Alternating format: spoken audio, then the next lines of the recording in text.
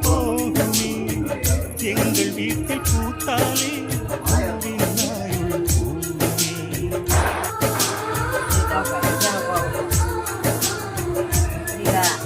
இரண்டு கண்கள் என்றாலும் பார்வை ஒன்றுதான் தனித்தனிதான் உள்ளம் என்றும் ஒரு சேவல்தான் அடைக்காப்பது இந்த அதிசயம் பாருங்கள் கண்ணனை வாழ்த்துங்கள்.